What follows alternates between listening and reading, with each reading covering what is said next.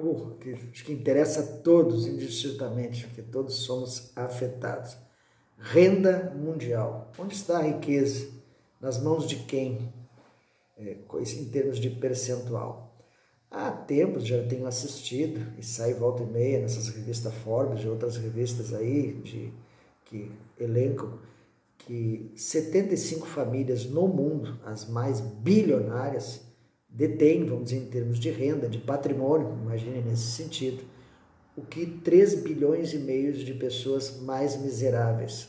Ou seja, claro que aí pegaremos todas aquelas pessoas que vivem em condições de extrema miserabilidade, temos muito na África, temos também no nosso país pessoas que não têm nada, são pobres de maré. É muito, isso chega a assustar. Quando eu olho 75 pessoas, talvez tu encontre numa quadra. Aí eu imaginar que 75 pessoas têm a mesma fortuna, vamos dizer assim, de somado de 3 bilhões e meio de pessoas, dá um desânimo total. Mas, aí tomando também um outro vídeo que tive a oportunidade de assistir, de até de um espírita, foi ele comentando que viu uma reportagem na ONU e comentou que a renda mundial estaria distribuída mais ou menos desta forma. Um quarto, ou seja, 25%, estaria na mão da ilicitude, tráfico de drogas, sexual, bebidas, seja lá o que for, tudo que tu imaginar de ilícito. Em cima dessa ilicitude, milhões e milhões de pessoas sobrevivem.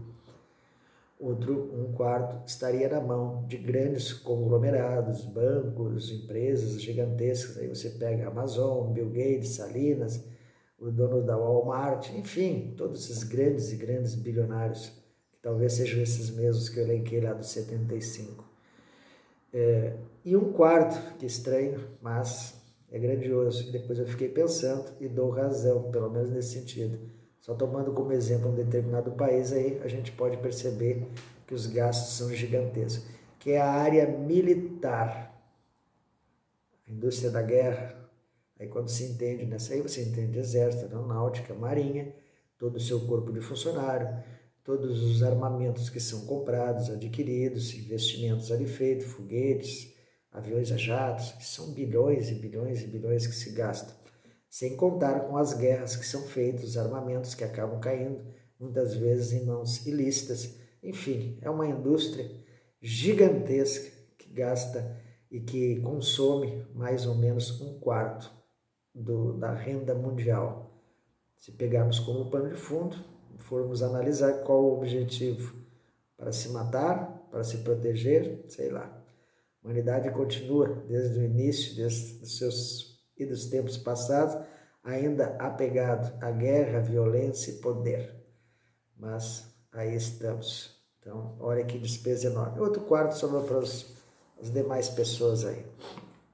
Nestes níveis e nesses patamares, creio e assim entendo, se muitos não tiveram acesso ou não têm a esses tipos de informação ou nunca fizeram reflexões, não vamos a lugar algum. Por mais que cada um, até mesmo os religiosos, ficam orando dentro das suas religiões tradicionais, que o mundo vai mudar e que as coisas vão acontecer neste padrão, neste sentido. E sendo lá muitos inseridos nesses contextos, não vamos mesmo a lugar algum.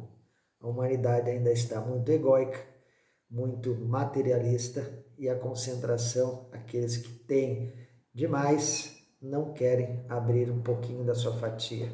Pelo contrário, cada vez querem ter mais e entram numa disputa ferrenha, olhando para o seu lado, aquele outro bilionário ou aquele outro milionário, querendo ser igual a ele ou superar a ele. Penso assim, que é uma disputa frenética. Eu quero ser o mais bilionário, eu quero ter mais dinheiro, a minha família, e nesse sentido. Esquecendo que existem outras pessoas, que existem outras famílias, que existem pessoas carecendo dos mais básicos elementos que o ser humano precisa para sobreviver, seja de alimentação, educação e assistência social. E aí caminhamos nesse mundinho que achamos que é um planeta evoluído. Creio eu que não. É um planeta meio trevoso, embora muitos entendam que é. Respeito, mas não concordo. Acho que o planeta Terra é um planeta de pouca evolução. Se estamos aqui, é porque razões ainda existem de não estarmos plenamente desenvolvidos ou evoluídos. mas temos que trabalhar, temos que ter escolhas, hábitos e dar uma transformação para, quem sabe, lá na frente ou no futuro ou em novas reencarnações, temos uma oportunidade de habitarmos novas moradas.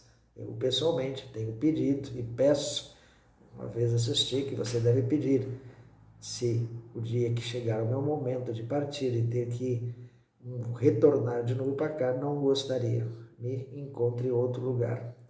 Assim espero. Espero também ir para uma morada melhor. Então, pessoal, a renda. Até a semana passada também, né, só a título de ilustração, como eu falei, a nível mundial, só apenas como moro no Brasil, a título de reflexão, saiu reportagem, acho que a grande maioria deve ter assistido nos meios televisivos, nos meios de comunicação, que a concentração de renda no nosso país novamente aumentou e de uma forma maior ainda, ou seja, o 1% dos mais ricos estão mais ricos, parece que, se eu não me engano, 8%. E os mais pobres, os mais miseráveis, diminuíram ainda mais, ou seja, estão mais pobres, pobres de maré. Então, o que fazer contra esse sistema?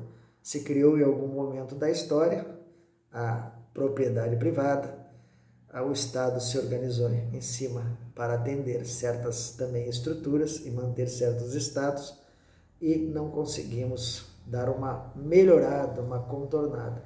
Eu gosto de frisar muito, talvez muitos já assistiram alguns vídeos meus, que eu friso muito, não gosto muito de ficar elencando países muito Estados Unidos e não sei o que, eu acho muito exploradores, países que dominam e subjugam os demais. Boa parte da sua riqueza não é uma riqueza elogiável, mas nem todos são, vamos dizer, nesse sentido. Mas gosto muito dos países nórdicos, né? Noruega, Finlândia, Suécia e ali Dinamarca. São países que o que se mostra, o que se tem, vivem um patamar, vamos dizer assim, em termos mundiais, de melhores igualdades, distribuição de renda, educação, assistência.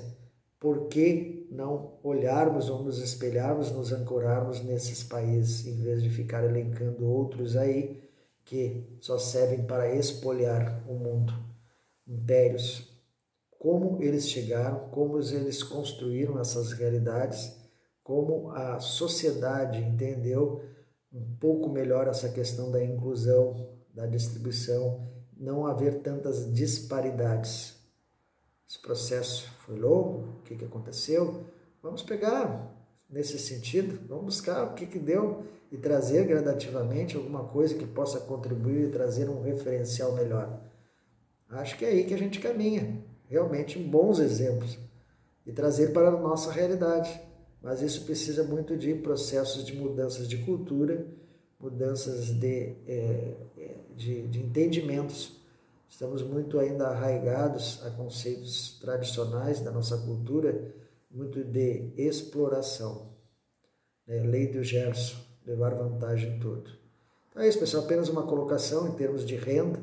Fiquei realmente mais ainda chocado, já sabia, já entendo desta maneira que assim funciona, mas quando você tem um dado mais específico, mais pontual, me chamou a atenção e resolvi fazer esse vídeo nesse sentido, para que todos reflexionem, pensem e se questionem onde estão e onde podem chegar e que perspectiva tem para o futuro. Se gostaram, dê um joinha, se gostaram mais ainda, inscrevam-se no canal e compartilhem, assim mais pessoas terão oportunidade.